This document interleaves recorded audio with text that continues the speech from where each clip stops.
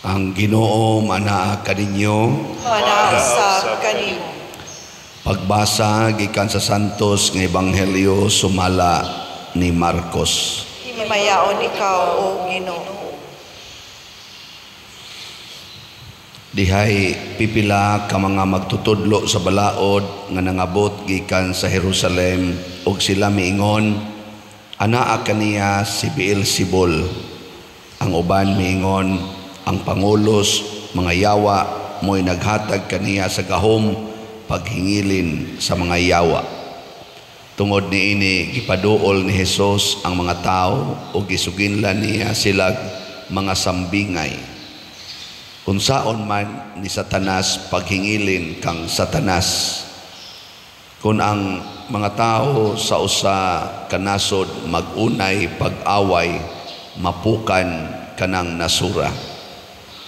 Kung ang mga sakop sa usa ka panimalay mabahin ug magunay pag-away, mabungka gayud kanang panimalaya. Busa kon ang gingharian ni Satanas magkabahin-bahin, dili kini mulungtad kundili mapukan ug matapos hinuon. Walay makasulod sa balay sa usa ka tawo nga kusgan ug makakawat sa iyang mga kabtangan gawas kun iya unang gapuson ang tawo nga kusgan. Unya makahimo na siya pagkawat sa mga butang sa maong tao. Timan ininyo kini mapasaylo ang mga tao sa tanan nilang mga sala ug sa tanang dautan nilang sulti. Apan ang tao nga nagsultig dautan batok sa Espiritu Santo, dili gayud mapasaylo, kay nakabuhat man siyag sala nga dili gayud mapapas. Gisulti kini ni Hesus kay may pipila man god ka mga tao nga miingon nga siya giyawaan. Ang Ebanghelyo sa Ginoo.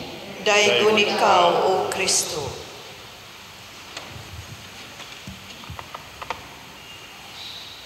Wa ba mo mohinga ni Hesus nga giyawaan? Wa mo mohingala niya? Di ra bagyod kuno na mapasaylo. Basta nganla nato si Hesus nga giyawaan. Kay sala gid na batok sa Espiritu Santo. Mao ni ang misyon sa yawa dinhis kalibutan nga atong i-curse si Kristo.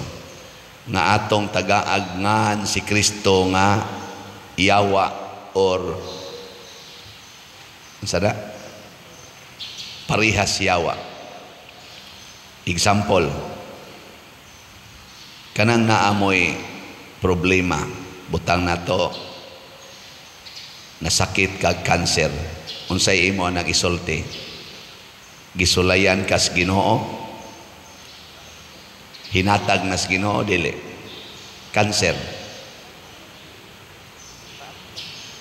hinatag nas Ginoo dili kusga. Klaro ha? Hinatag sa yawa o hinatag sa Ginoo? Yawa. Na, daghan kayo mo tingog sa Ginoo, masad ko na agad. Kana, mo na akong gitawag og indirect nga pagsulti nga ang Ginoo yawa. Kay hasta ang mga butang nga yawanon, ato namang i-charge sa Ginoo. Timan ibaya sa book of Genesis, ang gibuhat sa Ginoo is always good and He looks everything He made very good. Nya good ay ng cancer. Kani karon napagaw ko, unsay ako isultian pagsulay sa nis Ginoo, mana ko sakto kisig hatag ani akong pagaw. Kisig hatag ani ang yawa. Dili nis Ginoo. Ang ihatag sa Ginoo, healing. Iyanas Ginoo. Maayo ang iyang ihatag. Tanawa ko na imong tupad, hinatag ba nas Ginoo? Kana ba imong tupad? Tanawa, hinatag sa Ginoo? Hinatag na dili. Hinatag kini simba man sa ato pa maayo. Unyaron ko nang imong giatubang ang kabit sa imong bana. Unsa na hinatag na sa Ginoo dili. Ha? Okay ba manday mo? Ayaw ingna nga gisulayan yung Diyos Ginoo nasugatan gina kong kabit sa panuway na kong bana. Ayaw wa kasuway sa Ginoo. Unang naay usa sa akong mga online parishioners nato nganing comment nako and siya Father sakto baya sad na nga i-test tas Ginoo pragos eskwelahan Father tagaan jud kag test sa teacher so that you can prove to him that you learn something from him and you can pass the exam. Nako nindot kay pagkasulti mura sa nung kung na-disturbo nako bitaw no. And siya mo maggunagot tagaan kas Ginoo og mga kalisdanan sa magod itong gipamaak og bitin ang mga kuan Father, gipamaak og bitin ang mga Israelita. Pagsulay man tos Ginoo para mabag-o ang ilang pagtuo. Nya kung gipamalandungag maayo, sawa pa sila paakag bitin unsa may gibuhat sa mga Israelita, gasigi sila reklamos Ginoo. Nakuabunga tos ilang pagkareklamador dili to bunga sa wa tagay. Siya, si Abraham gitest man to Father. Si Abraham ba katuingon ihawa ng imong anak. Di ba? Giingnan mo to siya sa Ginoo, dadaan na dito sa bukid niya, ihawa na dito. Nya nisunod ko no si Abraham, nya ningon dayon ang Ginoo, karon ako nagyong napamatud-an nga loyal ka nako. Nya ako sang gipamalandungan. Unsa man tong gihatag sa Ginoo ni Abraham? Unsa gihatag niya? Option. Occasion to obey. Pero dili to bati. Di man to bati. Occasion to obey. Ginamit ang grasya nga naa ni Abraham. Unsa may grasya nga naa ni Abraham? Ang iyang anak. Niya ang gihatag sa Ginoo niya occasion, moment to make decision. Kinsa may imong gihigugma, ang grasya o ang naghatag sa grasya. Pariharagon na anang babae nga guwapa. Anang babae nga guwapa o laki nga guwapo. Unsa mo na grasya, disgrasya. Lingi ako nun ang imong tupad. Tanawa ang naong ana. Unsa man grasya, disgrasya. Kay ignorant ba na nato ang batig naong disgrasya. Sige, kanang guwapo o guwapa nga babae. Nya, daghan ang maibog sa babae kay guwapa. Daghan sang maibog sa laki kay guwapo. Karon, unsa man na? Ug naay maibog nimo isip babae guwapa kay ka, naibog nimo duha ka buok laki, napo ka buok laki, naibog nimo unsa man na tentasyon o moment of decision. Moment of decision making. Di na tentasyon. Di ba? Nakaron nipili na ka na nakay uyab. Nya ang imong uyab muhangyo na nga mukupot nimo, mulayog nimo, mukuot-kuot nimo, unsa man na? Moment of decision or temptation? Wa pa mo may kasal. Decision or temptation? Temptation. Nya doon na mga steps diha before mo abot anang dapita, doon na gitawag natong mga levels of temptations. So in short, aron ma-identify nato kung iyawa ba ni gikan or sa Ginoo ba ni gikan, atong tan-ahon kining maong moment of decision, gamay man or dako nga moment of decision, maka hatag ba ni nako og kalig-on diha sa grasya o makahatag ba ni nako og possibility nga maadto ko sa sala? Asa man mo lead ang maong desisyon? nanglitan sige kag tan-aw sa cellphone niya, porn imong gitan-aw. Asa man na padong? Makapadaghan sa grasya o makapahatag og sala? Depende na nimo. Di ba? Depende. Kunya kung padong gani sa sala, yawa mo'y naghatag ana. Padong gani sa grasya, Ginoo mo'y naghatag. Muna ang gihatag sa Ginoo matod pa sa atong tubag sa Salmo. Unsa may itong tubag? Kay naghimo siya, awiti ang Ginoo, bagong awit, kay naghimo siya katingalahang mga buhat nga maayo ang gibuhat sa Ginoo. Nya unsaon man nato siya pag-akyos nga yawa. Ang yawa gyud gahatag sa dautan. Nya unsaon man si yawa paghatag og dautan, tudloan ta niya pagsupak sa Ginoo. Muna ang akong tubag atong online parishioner, niingon ko, ang Ginoo dili gid na musulay aron ta mupasar. Ang musulay nato aron ta makapasar mao ang iyang mga pulong, ang iyang pagtulunan. Kung atong supakon, hagbong ka. Og imong sundon, pasar ka. Pananglitan, ingon, your will be done on earth as it is in heaven. Si Abraham, gitagaan anang maong opsyon. Ihawa ang imong anak. Niya, klaro kay niya nga ang Ginoo mo'y nagsulti. Unsa man? Nakapasar si Abraham? Wa. Pasar. Si Maria, mahal nga birhen ba? Gitagaan sa anang maong moment of decision making.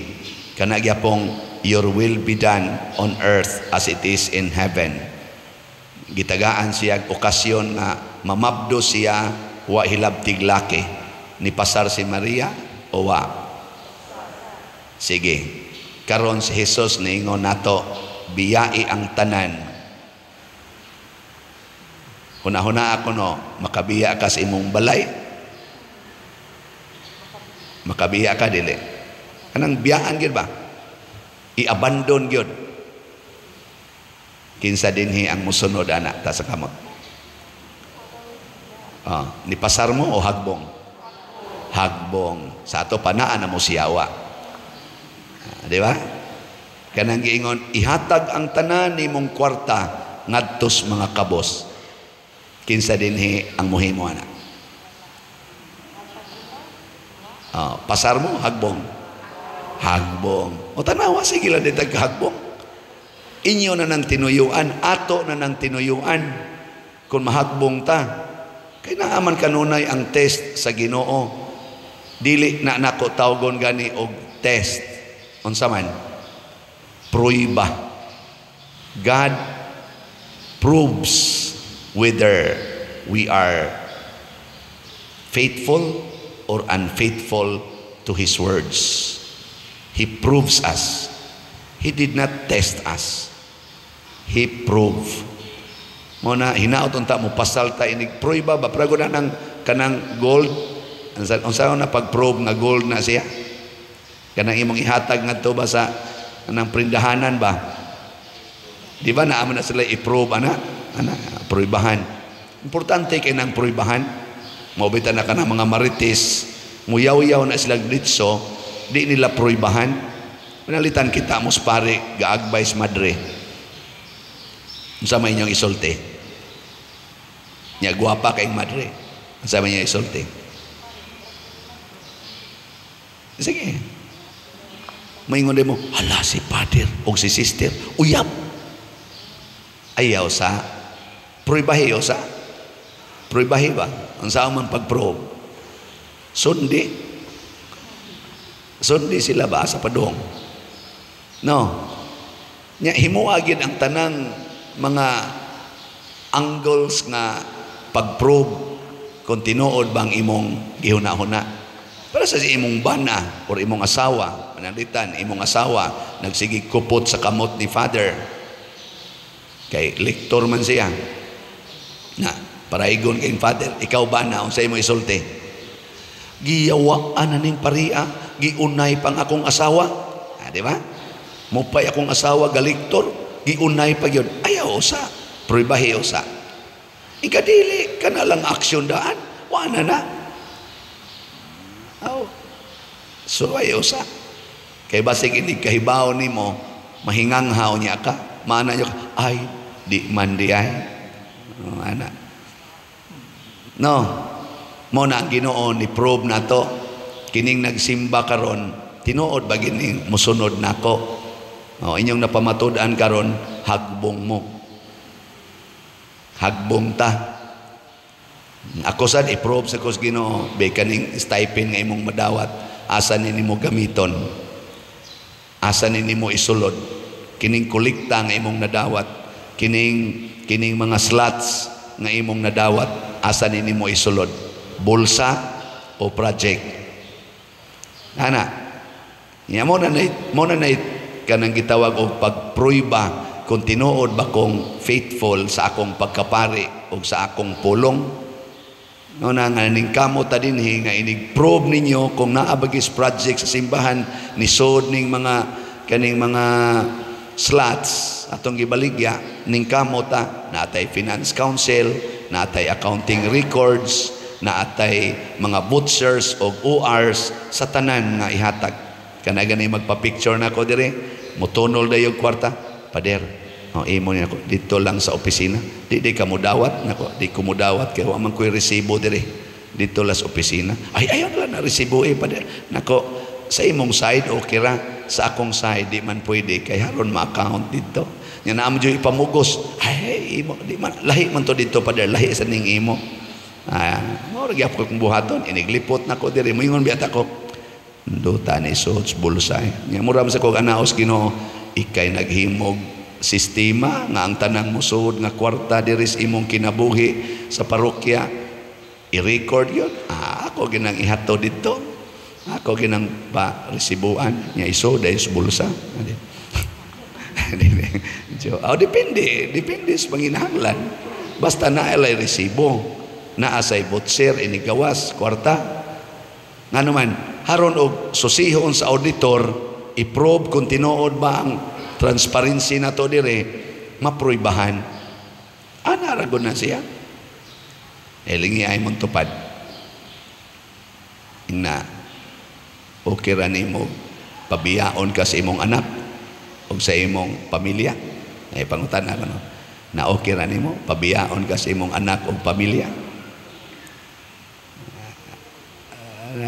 Ginilingi ay kamo mga yawanon, kamo mo iklarong yawanon. Dili si Kristo, kay si Kristo nibiya ganis langit. Si Kristo ba nibiya sa langit? Nga in Philippians chapter 2 ningon siya gisulob niya ang pagka-ulipon, nagmasinugtanon isip ulipon hangtod sa pagsugot sa kamatayon sa cross. Ingon anak ka faithful si Kristo sa iyang gitudlo nga your will be done on earth as it is in heaven. Mo ginay atong test, mo na atong sukdanan kung asa ta nabilong sa yawa ba o sa Ginoo. Sa unang pagbasa gibutang dire, dili siya pari nga magbalik-balik og halad sama atong niaging mga pari kay mga sad-an sa to sila, mamatay sa to sila. Ang iyang way kamatayon nga kinabuhi, iyang giagi sa kamatayon sa cross kausa. Aron kanang maong kamatayon sa cross or kanang maong kamatayon nga magsigig balik-balik, maagian og usa ka dili mamatay, karon wa na sad tay kamatayon.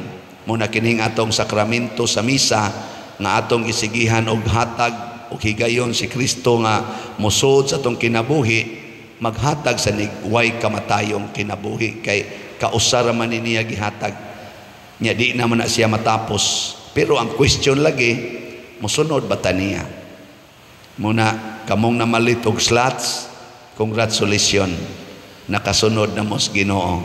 Nya kun inyo ginang padayonon, labi na yung kada semana mo palit og slot, kay inyong i-give up ang mga butang nga makanindot unta nimo, akana padong gyud ka anas langit.